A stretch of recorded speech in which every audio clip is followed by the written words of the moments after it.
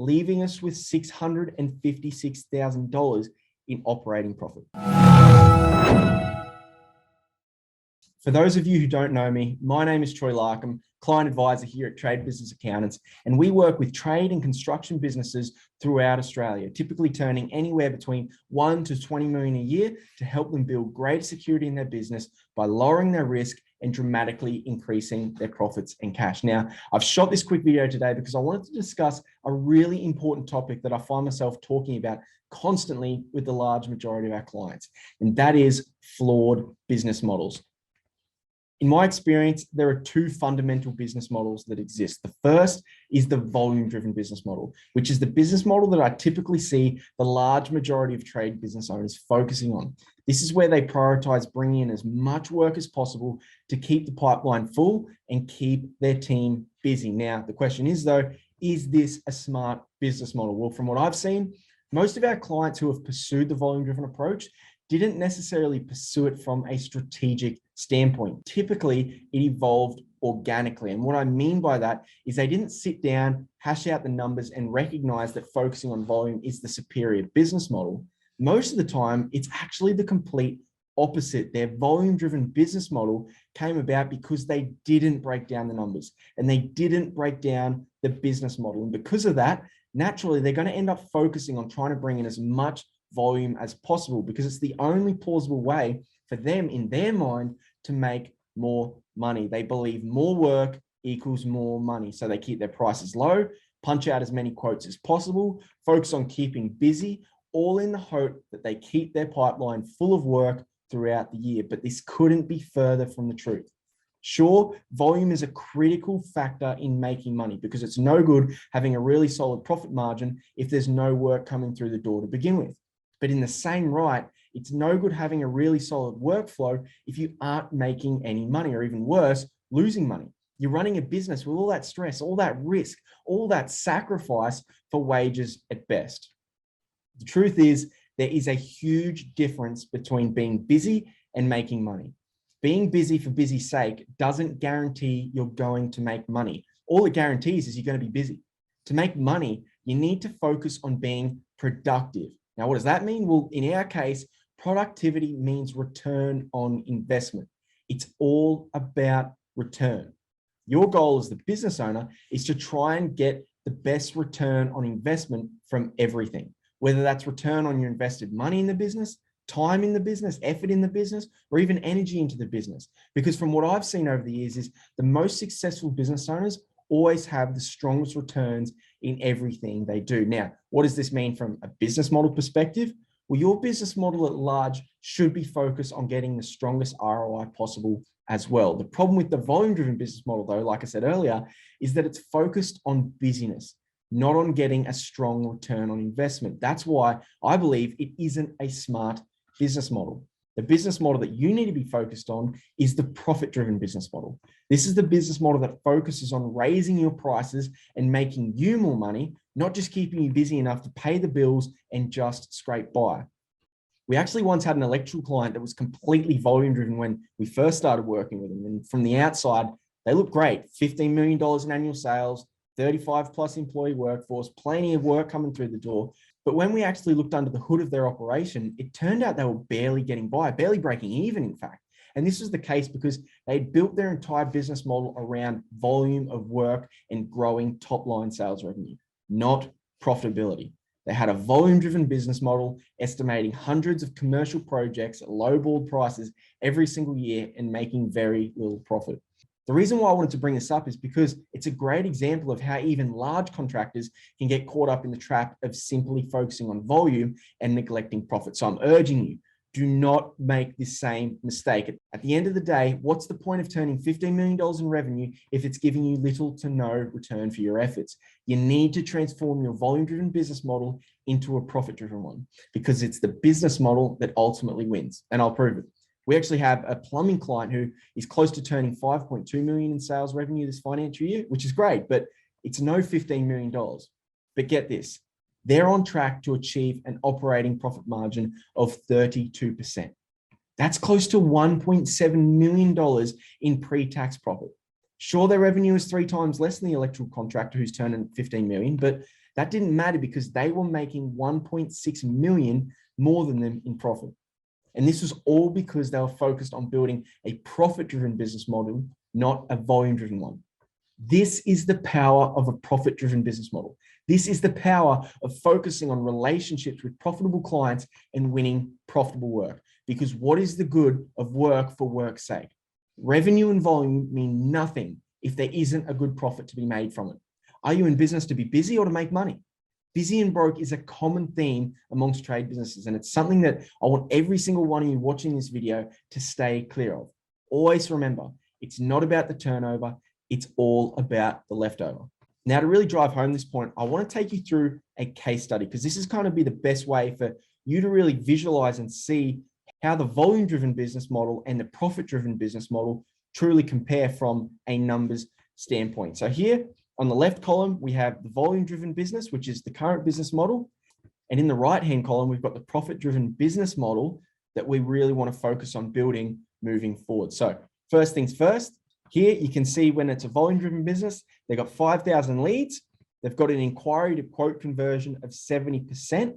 That means they're having to do 3,500 quotes per year. So that's 70% of 5,000. Now you'll note here that we've actually got two separate conversion rates. And that's really, really important because in your business, it's a mistake to look at conversion in its entirety. There's actually two components that you need to be looking at. And that is inquiry to quote conversion and quote to job conversion. Now from those 3,500 quotes, we've got a 15% conversion rate between quote to job. So that means 15% of that 3,500 convert to jobs. So what that looks like is 525 jobs or projects that need to be completed annually. Now, in this case, we've got an average job quote price of $6,000 and an average job cost, which is your labor, your materials, and so on, of $3,315. So when we break this out over the year, we've got an annual sales revenue of 3.15 million with a total annual job cost of 1.74 million. So what that leaves us with is the revenue minus the job cost equals the gross profit, which in this case is $1.4 million. Now, with all this work, as well as the amount of quotes that need to be produced, they've actually got a relatively high overhead cost as a comparison to their revenue. So in this case, it's roughly around that 30 to 33% mark. And what that means is when we subtract that overhead cost from the gross profit, what we're left with is an annual operating profit or pre-tax profit of $179,000. Now, that might not seem that bad, but in the scale of this business, that's only roughly a 5 to 6% operating profit margin, which in the scheme of things is actually very, very small, and we want to bump that up. So what's this look like when we make some small changes? So here we've got leads at 5,000. There's no change happening there whatsoever. We've got the same amount of work coming in, so there's no real change from a marketing sense there. Now, what we have changed is rather than trying to get a high conversion rate between inquiry to quote, we've actually worked to put a consultation fee in place, because from using a consultation fee, we're actually qualifying our leads a lot better rather than having to, do those 3,500 quotes. If we can weed out more of those people who are just price shopping, who are just budget buyers, who aren't actually going to pay for those premium prices that we're charging, we want to weed them out early. And that's where a consultation fee can become really, really effective. So in this case, we've gone from 70% in the inquiry to quote conversion to 12%. Now, 12% of 5,000, that's 600 quotes to provide. Now, that's a lot less than 3,500. But this is where the magic happens. Because we've qualified a lot harder on the front end inquiry phone call, it means that the quotes that we're having to provide on site are with leads who are much more qualified, which is great. So in this case, while we've only got 600 quotes to provide, we're now converting 60% of those versus the 15% before. So what that means is now we've got to complete 360 jobs annually, which is roughly 160 to 170 less jobs per year. But what we've done in this whole process is actually increase the average job price. So in this case, we've gone from $6,000 to $7,500. So that's a 20% increase. And you can see there has been that drop in workflow through both the consultation fee, but also the increase in price, which is destined to happen. Coming down here now, our average job cost, it remains the same. It costs the exact same to deliver the project, so nothing changes there. Now, when we look at this from an annual basis, our annual total job cost is 1.19 million now, and our annual sales revenue is 2.7 million. So there's actually been a decrease in $450,000 in revenue from the volume-driven to the profit-driven business model. So what that means is 2.7 million minus 1.19, we come out with $1.5 million in gross profit. But here's the key difference. Because we've reduced the amount of jobs by 160 to 170 jobs, and because we've reduced the amount of quotes we've had to provide from 3,500 down to 600, there's actually been a huge reduction in overhead costs because there's a lot less fixed costs relative to the reduction of work that's occurred here, which is really, really good in terms of protecting our profits. So now we actually have $1.5 million in gross profit minus $850,000 in overhead, leaving us with $656,000 in operating profit. That's huge. That's almost an extra $500,000 in operating profit. That is a massive, massive difference. And the crazy part is we're doing 160 to 170 less jobs per year. That is the impact. That is the power of going to a profit-driven business model. You will always win and make more money, have less stress, less headaches than you would with a volume-driven business. Now, to go even further now, something that's really, really powerful is when we actually break down the amount of time spent. So like I was saying, the return on investment from earlier on, it's not only from a monetary sense, it can be from a time and effort sense as well. So in this case, we've estimated it takes roughly 2 hours for this client to do their quoting on site. But because they've reduced the amount of quotes they need to do from 3,500 to 600, well, they've cut back the amount of quoting hours by 5,800 hours. That's huge. Typically the amount of available work hours you'll have from a full-time employee is around that 1,700 to 2,000 hours. So right there, we've cut back 2 to 3 full-time salesman employees. That is really, really huge. And you can see that reflection in the annual overhead cost. Because we've been able to remove so many of those salesmen that were just bloating the overhead cost of this business, that's gone now, and we've protected our operating profit and we've ended up making more. So I hope from this case study that you can see why you need to focus on building a profit-driven business. If you're serious about making more money and building a better business and life, then you need to build a profit-driven business. In fact, we actually have a smaller electrical client who took this concept on like a duck to water. For 3 years prior to working with us, they were losing money and they didn't know why. Turns out once we financially modeled out their business and pulled back the covers on the numbers, it was clear that they had a pricing issue that was largely caused by being far too volume driven because they were scared about what would happen if they began losing customers. But after simulating how much work they'd have to lose before they began making less profit, they immediately snapped into building a profit-driven business. At the start, they lost some of their cheaper price-focused property managers, which was expected.